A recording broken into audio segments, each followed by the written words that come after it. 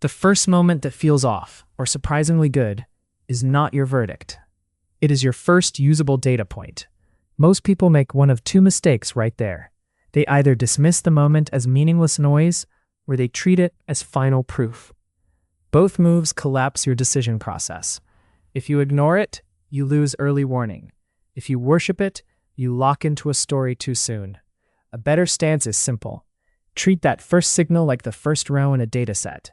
You do not ship to production on one data point. You classify it, compare it to context, check the stakes, and then take the smallest action that keeps learning possible. So what counts as a first signal?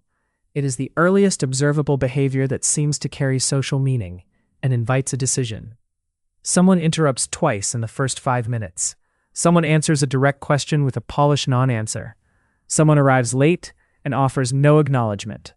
Someone remembers a small detail from last time. Someone makes a joke at your expense and watches the room. Each of those might matter. None of them is complete by itself. The skill is turning a fuzzy social moment into clean input. Start with classification, because interpretation without classification is how you hallucinate motive. There are 4 useful classes: verbal, nonverbal, contextual, and temporal. Think of them as different sensors with different error profiles.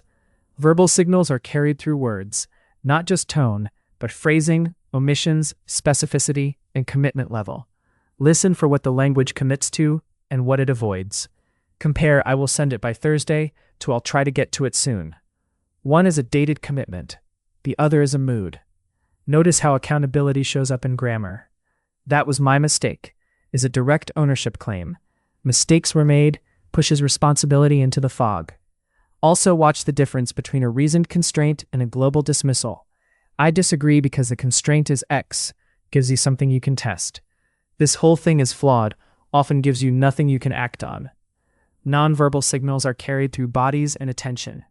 Orientation, facial expression, interruption rhythm, silence, physical distance, where someone looks after they speak. You might see someone check their phone only when one specific person talks. You might hear a hostile comment delivered with a smile. You might notice physical withdrawal right after you state a boundary. Here's the catch. Nonverbal signals are high noise. People have different baselines, different neurotypes, and different stress responses. So treat nonverbal data as low confidence unless it pairs with something else. Words, context, or time can turn a vague vibe into usable evidence. Contextual signals come from the situation itself.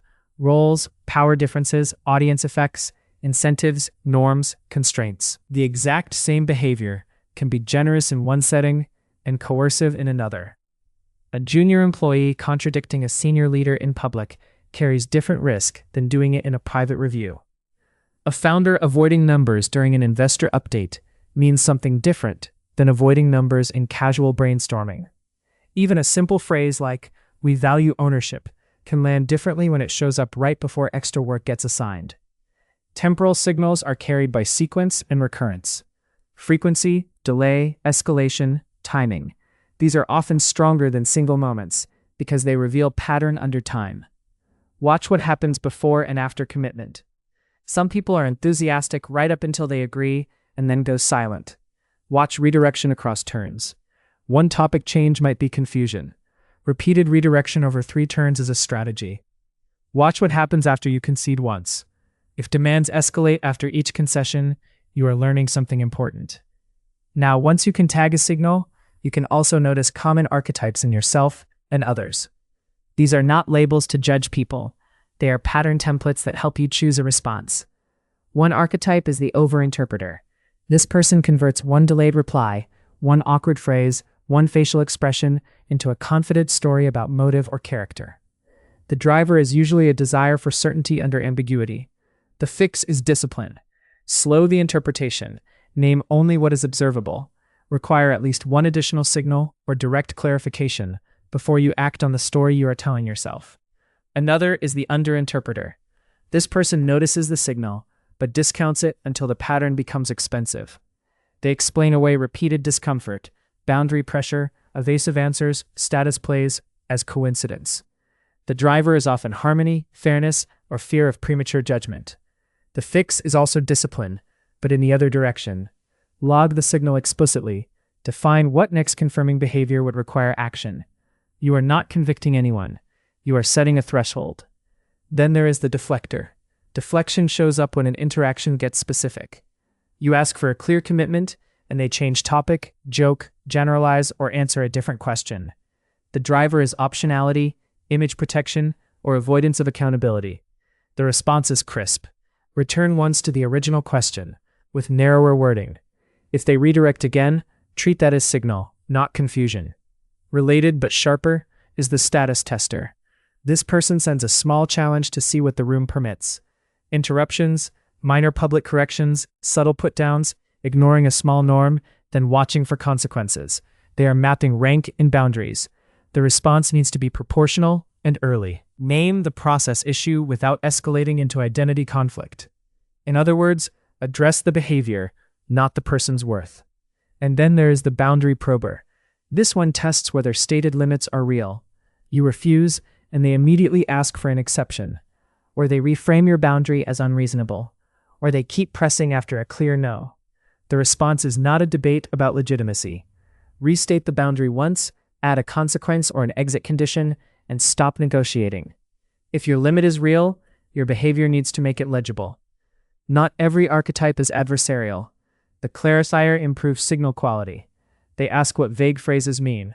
They name the decision owner. They check assumptions. They separate opinion from commitment. Their driver is shared reality and clean coordination.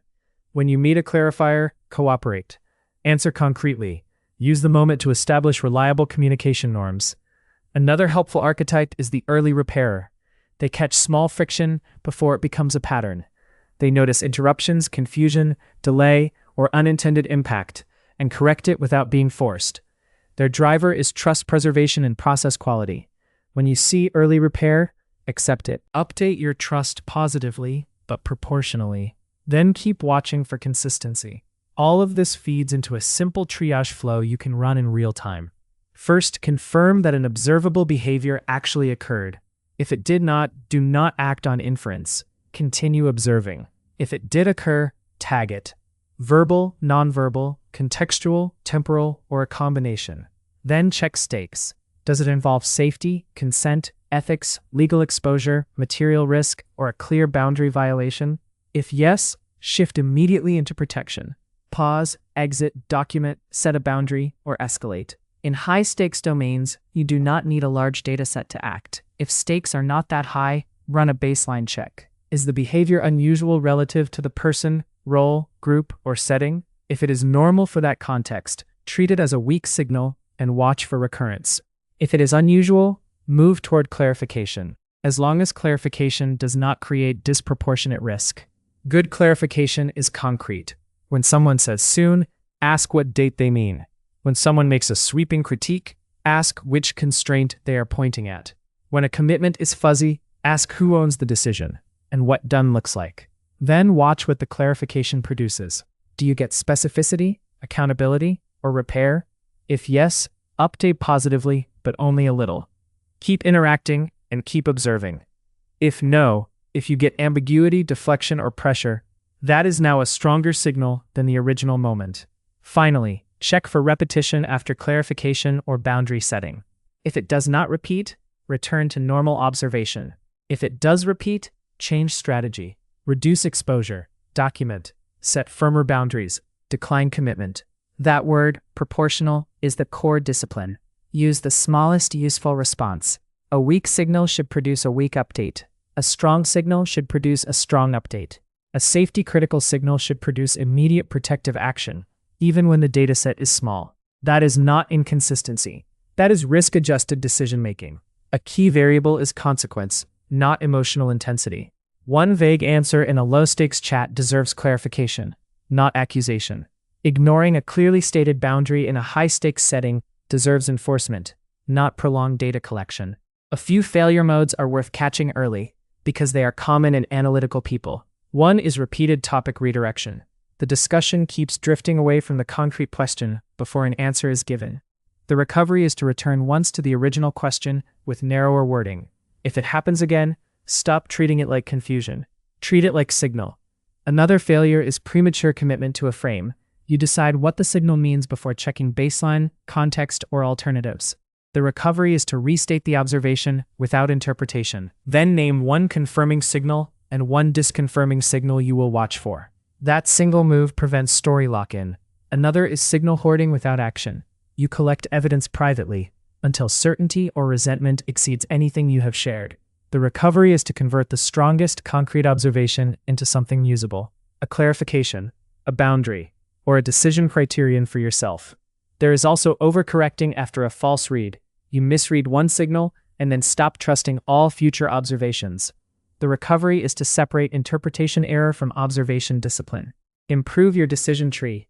Do not abandon signal reading. Finally, there is politeness overriding protection.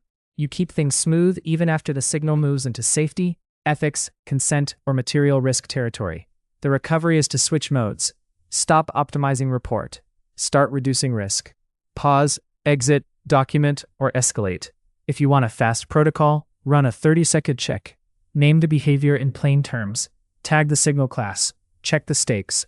Check the baseline. Choose the smallest useful response. Then update proportionally. Hold on to this line.